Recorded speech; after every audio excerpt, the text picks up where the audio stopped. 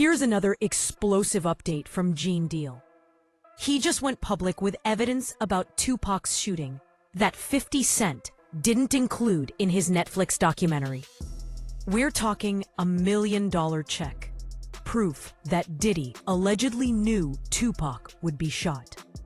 And the real story behind Biggie's murder. Information deemed too dangerous for Netflix.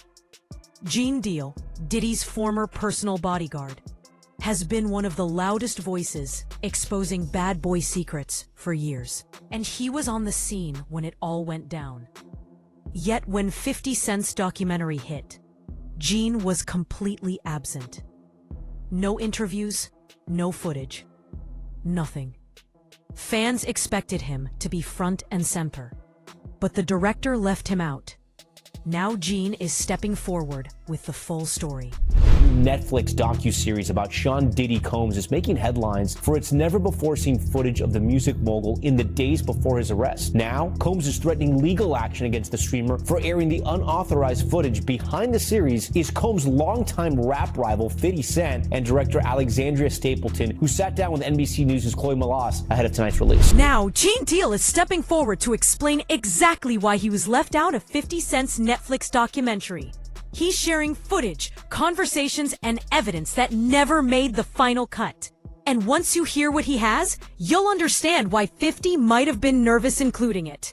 In this video, you'll learn the real reason Gene Deal walked away. He talks about the day Diddy allegedly knew Tupac was about to be shot and did nothing. $1 million check he saw firsthand connected to Tupac's murder, and the full story of how Biggie's death was set up, including warnings Gene gave that were ignored. The Netflix series, Diddy the Reckoning, dropped as a 4-part series with never-before-seen footage, days before Diddy's arrest. But Gene says it left out the most critical details. As Diddy's former bodyguard, Gene was there for the East Coast-West Coast conflict, in Vegas the night Tupac was shot, and in LA when Biggie was killed. He saw it all and isn't staying silent. Then I was telling her about some prices that I've already received, and I had the invoices to show it. And then she was calling me like I was lying. I was like, yo, who do you think you talking to? You know what I'm saying? And she was talking about, there's no way nobody paid. Nobody what? I say, first of all you people come with these documentaries and stuff, the first thing you tell me, y'all tell these people out here that y'all don't pay, and y'all pay. If you can make a picture look like $10,000, $15,000, you know what I'm saying? You can sit here and tell me that you're gonna pay me for my time sitting right down here with y'all. You understand? So then, one thing led to another, and I was like, yeah, all right, well then, F you. I spoke to 50, and then she said 50, and this is exact words that came out her mouth. 50 does not determine what goes in and goes out of this document. Gene recently opened up in an interview about why he backed out of 50 Cent's documentary. At first, he was working with the team, ready to share his footage and first-hand stories. But then he spoke with director Alex Stapleton, and everything changed. Gene says she told him 50 Cent had no control over payments or content decisions. When Gene saw the financial offer, he felt disrespected. From his perspective, he had exclusive footage and was right next to Diddy during some of hip-hop's most pivotal moments. Yet they offered him what he considered pocket change. So he walked away. But it wasn't just about money. Gene now says the documentary left out huge pieces of evidence that only he knows about. Wolf was not the gunman who killed Jake, and Mark Curry knows that to be true. You understand? And East Coast War was more like Helena of Troy. When Puff got mad at Suge for being out there and allowing Misa to come out there to make money, however she was doing it, to feed her family, he vowed down that it's like, yo, I ain't never f***ing with her again, and I ain't never f***ing with him again. Puff and Suge had a conversation behind the House of Blues about was we all right, and Tupac was alive. Tupac wasn't dead. The documentary frames everything as an East Coast versus West Coast war. But Gene Deal says that story was heavily censored.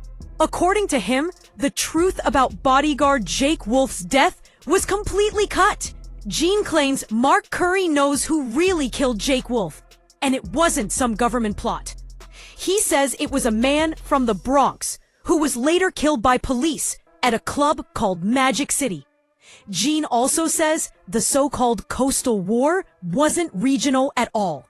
It was Bad Boy Records versus Death Row Records. Diddy and Suge Knight were the ones beefing.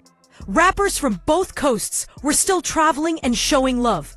What got skipped is that Death Row tried to make peace. They wanted a meeting to squash the issue between Tupac and Biggie. But Diddy refused to attend or send anyone. Gene says this was all removed because it suggests Diddy could have stopped the violence but didn't. And what comes next is even more explosive. The whole incident of the Quad Studio shit. Like in the documentary, they was talking about that, right? You know what I'm saying? They talked about the Quad Studio shit. But they didn't mention the fact, and they left it out, that Big and C's did not know that Puff and Andre Harrell was in Jimmy Henchman's office the day Pac got killed. I mean, the day Pac got shot at Quad Studio. Let me repeat that again so it don't get mixed up in the whole thing. They did not mention that Andre Harrell and Puff Daddy and Jimmy Henchman were all in the office together. Puff was on the office because he was trying to spy on Big them, because Big was writing the Junior Mafia stuff and Puff had his publishing. I told this to a couple of people before, I said it before, and you got people that's running with it like they knew the story in the whole 9 yards. Gene says the documentary covers the Quad Studio shooting where Tupac was shot 5 times in 1994. But Gene Deal claims it left out the most explosive detail.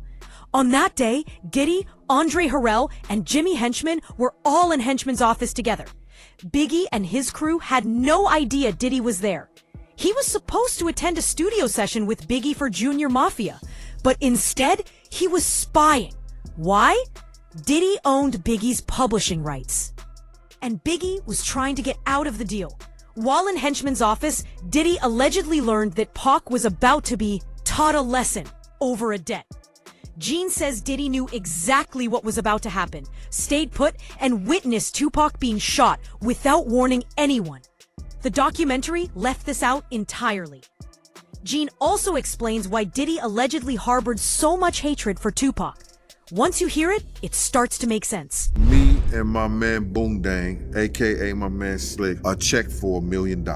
We don't know, and everybody trying to say, lying, talking about half of it got paid, 500. I don't know. I know when I asked him about, we asked him, do we ask? No, we didn't ask him. I know when he showed us the check and he walked away after he showed us the check for the $1 million, you understand? I asked Boone, I said, yo, Boone, when did he get a record label? He said, you know how Zip is. I said, when did he get a Zip record label? Zip had a check for $1 million. He said he got it from Barry Hankerson and Jimmy Henchman for his record label, Black Ground Records. So now, if that's true, we know Jimmy Henchman and Puff was cool. You should be able to trace $1 million if that's the truth. If that's the truth, you should be able to trace it. According to Gene Deal, Diddy's jealousy toward Tupac ran far deeper than music or fame. He says it was about how women responded to Tupac naturally. Gene explains that Tupac had real magnetism. He could walk into a room and women were drawn to him without effort. Diddy, on the other hand, allegedly relied on money and status. Gene recalls escorting women out after they'd been with Diddy and thinking they wouldn't be there if he wasn't Puff. He even claims Diddy once admitted he didn't know how to talk to women at all. That jealousy, Gene says, was real and intense, and it played a major role in the tension between Diddy and Tupac. And this isn't just opinion. Gene says he personally saw physical evidence that backs up what he's saying. That's where the story takes a serious turn. Gene tells a story about an intense moment on 112th Street. He was sitting on a stoop when a man named Eric Zip Von Zip walked up, showing off a new car he'd just bought. But then Zip pulled something out of his pocket, a check for $1 million. Gene and his friends saw it with their own eyes. Zip bragged it came from Barry Hankerson and Jimmy Henchman for Black Ground Records right after Tupac's death. Gene says law enforcement could solve Tupac's murder if they traced that check. This wasn't cash in a dark alley. It went through a bank, leaving a paper trail. Every signature, every transaction, every official step was recorded.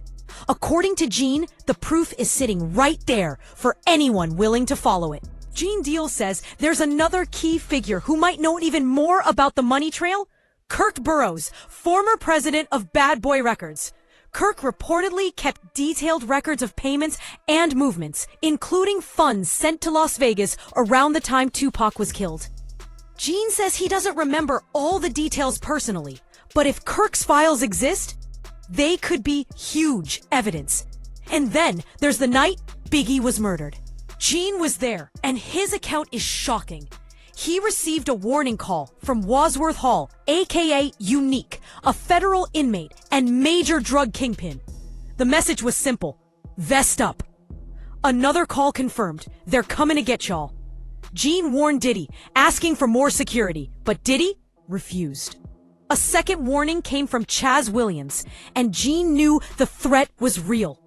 Beef was everywhere, from Jake Wolf's death to Tupac's murder, plus ongoing gang tensions. Gene Deal laughed at first during his interview, but then things got serious. He revealed a tense moment with Diddy, saying, "Yo, Puff, I got some intel. People are going to come and try to kill us." Diddy's response shocked him. "Gene, I don't want to hear that." Then he left the room. Gene later learned from Clark Kent, a DJ and Motown VP, that Biggie knew the party was specifically set up by Diddy and Rock. At the Peterson Museum, Gene was on high alert, gun ready, seeing bloods around him. Diddy ordered him into the car, threatening his job. Furious, Gene told the driver, Kenny, to speed away. But during the escape, shots rang out at Biggie. They chased the shooter, but lost him. Shockingly, instead of taking Biggie to a hospital 2 blocks away, they drove 30 minutes. Gene's last words to Biggie were, "Keep him up," and Biggie replied, "Just do it." Gene believes the closer hospital might have saved him. He clarifies he doesn't think Diddy fired any shots himself. Gene Deal says, when you create an environment where violence can happen, you share responsibility for what follows. According to him, Diddy put people in dangerous positions and was warned repeatedly.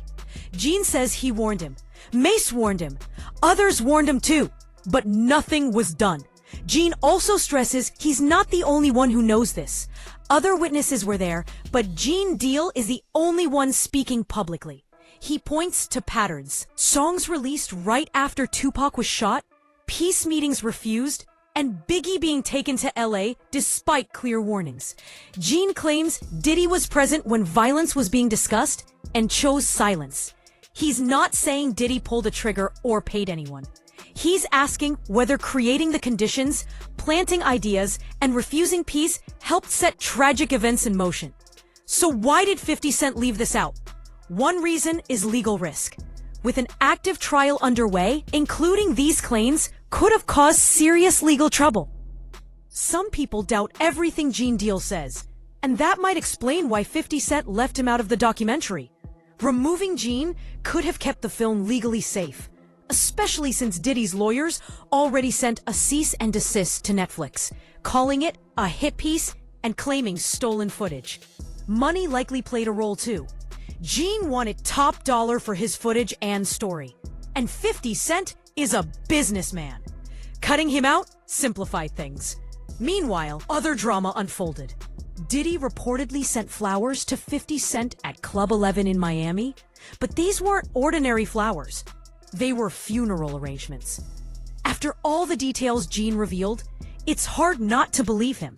He's been consistent for years, exposing evidence 50 Cent didn't or couldn't include. From Diddy allegedly knowing about Tupac's Quad Studio shooting, to the $1 million check tied to Tupac's murder, to ignored warnings before Biggie's death. Gene isn't staying quiet, and the story is far from over.